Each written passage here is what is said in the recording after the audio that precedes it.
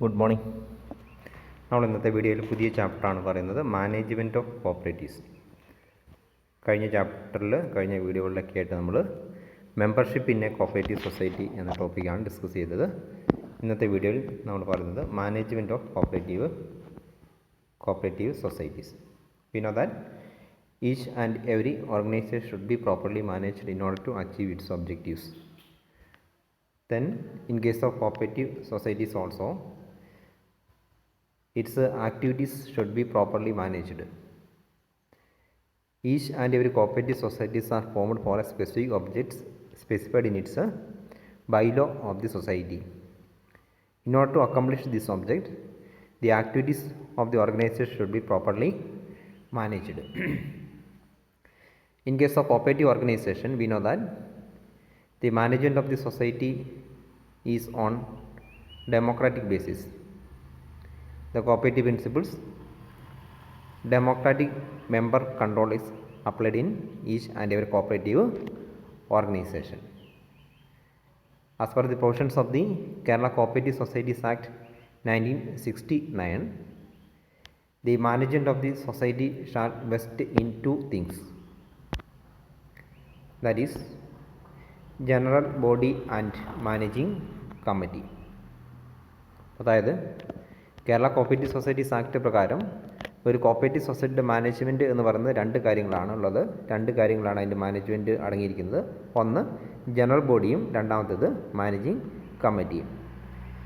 These two bodies are responsible for the management of cooperative organisation. അതായത് cooperative സൊസൈറ്റിയുടെ മാനേജ്മെൻറ്റിൻ്റെ responsibility എന്ന് പറയുന്നത് general ബോഡിക്കാണ്. നമ്മൾ നെക്സ്റ്റ് സെക്ഷൻ ഡിസ്കസ് ചെയ്യുന്നുണ്ട്. അതുപോലെ തന്നെ ജനറൽ ബോഡി കോൺസ്റ്റിറ്റ്യൂട്ട് ചെയ്യുന്ന സ്മോൾ കമ്മിറ്റിയാണ് ഇത് മാനേജിംഗ് കമ്മിറ്റി.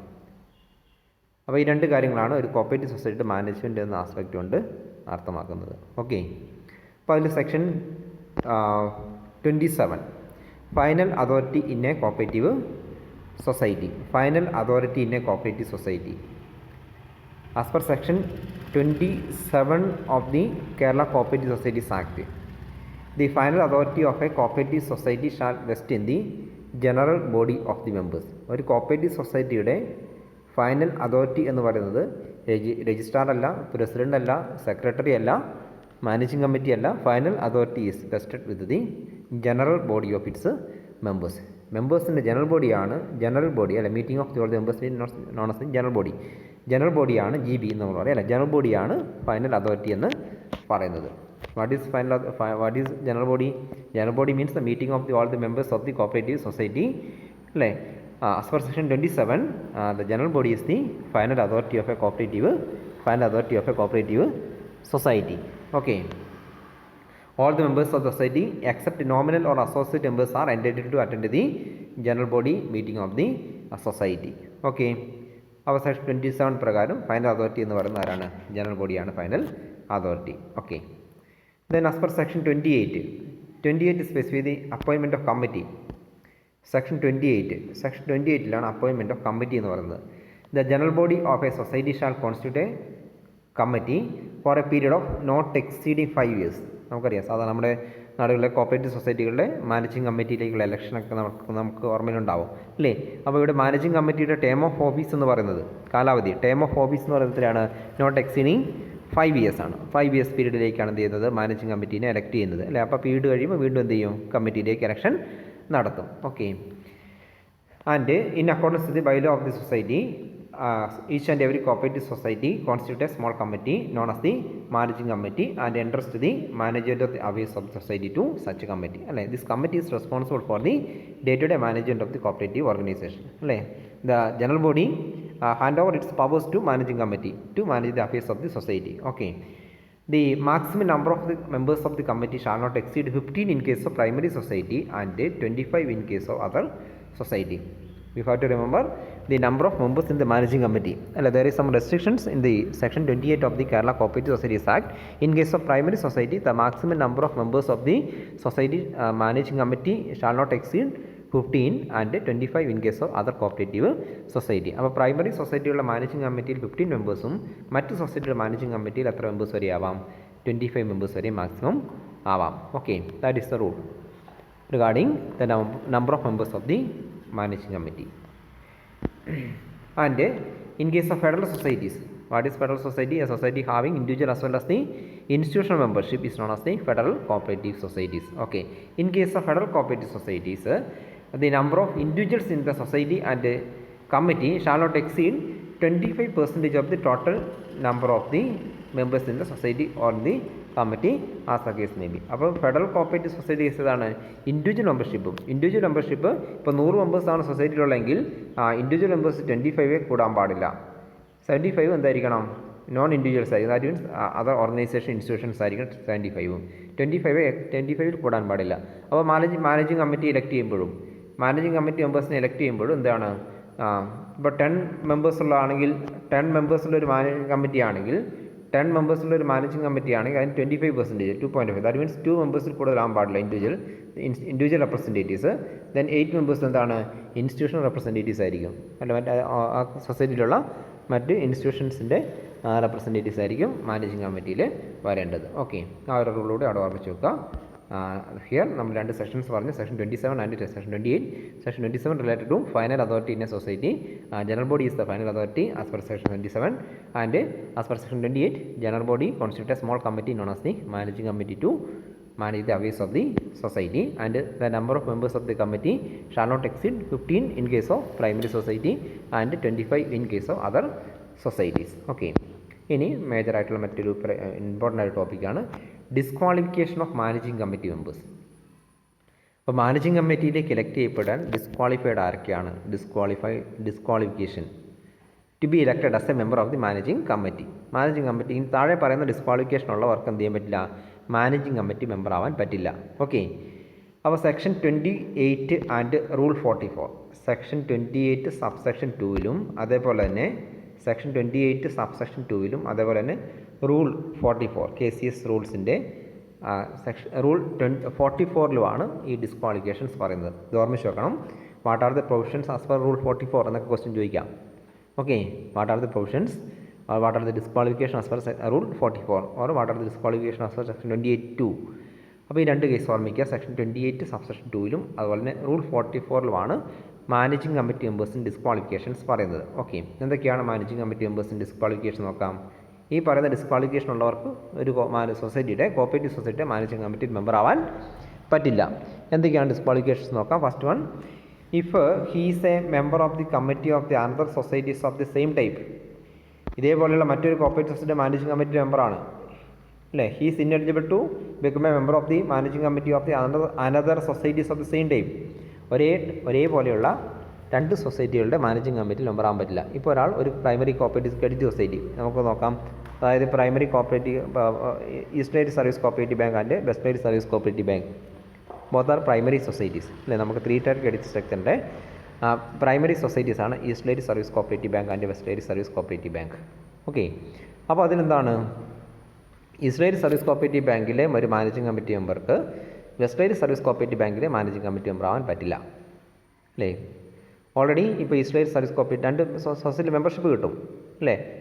മെമ്പർഷിപ്പിന് ക്വാളിഫിക്കേഷൻ ഉണ്ടെങ്കിൽ അല്ല, ഒന്ന് reside within the area of the operation of society or having occupation of land within the area operation of society ഉണ്ടെങ്കിൽ എന്ത് ചെയ്യും? മെമ്പർഷിപ്പ് കിട്ടുമല്ലോ. അപ്പോൾ മെമ്പർഷിപ്പ് കിട്ടാനുള്ള തടസ്സങ്ങളില്ല. പക്ഷേ മാനേജിംഗ് കമ്മിറ്റി മെമ്പർ ആവണമെങ്കിൽ, ഇപ്പോൾ ഒരു സൊസൈറ്റി മാനേജിംഗ് കമ്മിറ്റി മെമ്പർ ആണെങ്കിൽ എന്ത് ചെയ്യില്ല? അതേപോലെയുള്ള മറ്റൊരു സൊസൈറ്റി മാനേജിംഗ് കമ്മിറ്റി മെമ്പർ ആവാൻ പറ്റില്ല അല്ലേ. ഇനി മറ്റ് സൊസൈറ്റി അതിൻ്റെ രണ്ടാമത്തെ ഡിസ്ക്വാളിഫിക്കേഷൻ നോക്കാം. രണ്ടാമത്തെ ഡിസ്ക്വാളിഫിക്കേഷൻ പറയുന്നത് ആദ്യത്തേത് if he is a member of the committees of the committee of another societies of the same type. രണ്ടാമത്തെ disqualification if he is a member of the committee of 2 or more societies of different types. അതായത് പല type സൊസൈറ്റികളാണെങ്കിൽ 2 or more എന്നുള്ളത് 2 ആയാൽ തന്നെയായി 2 സൊസൈറ്റികളാവാൻ പറ്റും. 2 സൊസൈറ്റികളുടെ different type സൊസൈറ്റിയാണ്. ഇപ്പോൾ ഒരു പ്രൈമറി മാർക്കറ്റിംഗ് സൊസൈറ്റി, ഇപ്പോൾ റബ്ബർ കോപ്പറേറ്റീവ് മാർക്കറ്റിംഗ് സൊസൈറ്റി അല്ലേ, rubber cooperative marketing society. Okay, Kasaragod district cooperative rubber marketing society, then estate service cooperative bank. 2 type സൊസൈറ്റികളാണ്. ഈ 2 സൊസൈറ്റികളുടെ മാനേജിംഗ് കമ്മിറ്റിയിൽ മെമ്പർ ആവാം. ഒരാൾക്ക് തന്നെ ഈ 2 സൊസൈറ്റിയുടെ മാനേജിംഗ് കമ്മിറ്റി മെമ്പർ ആവാം. ഇനി മറ്റൊരു ഏതാണ്? ഒരു ഫിഷറീസ് കോപ്പറേറ്റീവ് സൊസൈറ്റി എന്ന് വിചാരിക്കുക. ഇനി ഒരു ഫിഷറീസ് സൊസൈറ്റിയിൽ മാനേജിംഗ് കമ്മിറ്റി മെമ്പർ ആവാൻ പറ്റില്ല. അത് 3ാമതൊരു ടൈപ്പ് സൊസൈറ്റിയാണ്. അപ്പോൾ രണ്ടിലധികം ഉണ്ടെങ്കിൽ ഒന്നിലധികം ഉണ്ടെങ്കിൽ ഇതാണ് ഡിഫറെൻറ്റ് ടൈപ്പ് ആണെങ്കിൽ 2 സൊസൈറ്റികൾ വരെ ആവാം. ഒരേ ടൈപ്പ് ആണെങ്കിൽ ഒരു സൊസൈറ്റി, ഡിഫറെൻറ്റ് ടൈപ്പ് ആണെങ്കിൽ മാക്സിമം 2 സൊസൈറ്റിയുടെ മാനേജിംഗ് കമ്മിറ്റി മെമ്പേഴ്സ് വരെ ആവാം അല്ലേ. ഇപ്പോൾ ഒരു സാസ്ട്രോളിസ്റ്റിക് കോപ്പറേറ്റീവ് അവർ മാർക്കറ്റിംഗ് സൊസൈറ്റിയിലും സ്റ്റേറ്റ് സർവീസ് കോപ്പറേറ്റീവ് ബാങ്കിലും മാനേജിംഗ് കമ്മിറ്റിയിൽ മെമ്പറാണ്. ഇയാൾക്ക് ഇനി മറ്റൊരു സൊസൈറ്റിയിൽ മാനേജിംഗ് കമ്മിറ്റിയിൽ മെമ്പറാവാൻ പറ്റില്ല. ഓൾറെഡി 2 ടൈപ്പ് സൊസൈറ്റികളുടെ മാനേജിംഗ് കമ്മിറ്റിയിലെ മെമ്പർ ആയതുകൊണ്ട്. That is the second disqualification. Then third one, if he is a near relative of the paid employee of society. സൊസൈറ്റിയിലെ പെയ്ഡ് എംപ്ലോയിയുടെ നിയർ റിലേറ്റീവ് ആണെങ്കിൽ, ഇപ്പോൾ secretary is a paid employee അല്ലേ, account, clerk അല്ലേ, sweeper അല്ലേ, സൊസൈറ്റിയുടെ പിന്നെ അതാണ് സൊസൈറ്റിയുടെ പെയ്ഡ് എംപ്ലോയി, അതായത് റെഗുലർ സാലറി കിട്ടുന്നയാൾ, അതിനാണ് പെയ്ഡ് എംപ്ലോയി എന്ന് പറയുക അല്ലേ. റെഗുലർ സാലറി ലഭിക്കുന്ന വ്യക്തി അല്ല എംപ്ലോയി, പെയ്ഡ് എംപ്ലോയി ആണെങ്കിൽ ആ പെയ്ഡ് എംപ്ലോയിയുടെ നിയർ റിലേറ്റീവ് ആരാണെന്നുള്ളത് ആക്ട് ഡിഫൈൻ ചെയ്യുന്നുണ്ട്. ആരൊക്കെയാണ് നിയർ റിലേറ്റീവ് എന്ന ഡെഫിനേഷൻ വരുന്നത് അല്ലേ. നിയർ റിലേറ്റീവ് എന്ന ഡെഫിനേഷൻ ആരൊക്കെ വരും എന്ന് പറയുന്നുണ്ട് അല്ലേ. നിയർ റിലേറ്റീവിന് എന്ത് ചെയ്യാൻ പറ്റില്ല, ആ സൊസൈറ്റി മാനേജിംഗ് കമ്മിറ്റിയിലെ മെമ്പറാവാൻ പറ്റില്ല.